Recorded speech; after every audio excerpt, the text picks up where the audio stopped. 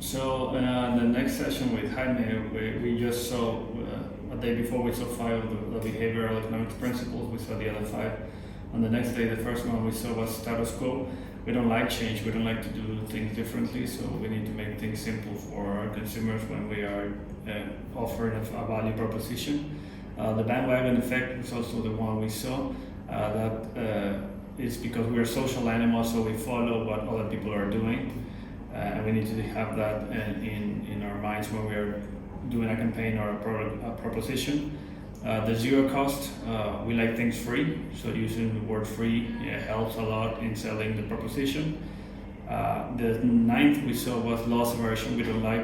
We hate losing more than we like winning, so that's something we need to have in mind.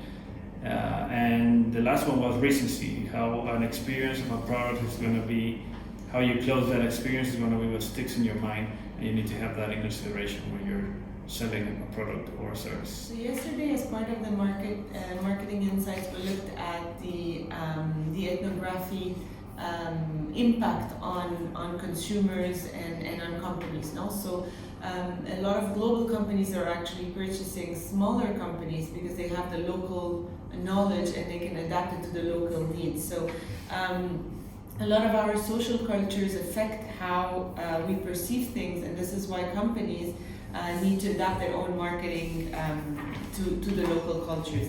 Other things that we looked at were the neuromarketing as part of the market insights, and we have three different ways of analyzing how and what stimulates the consumer. One of them was the eye tracking, the other one was the EEG, and the third one was the facial coding.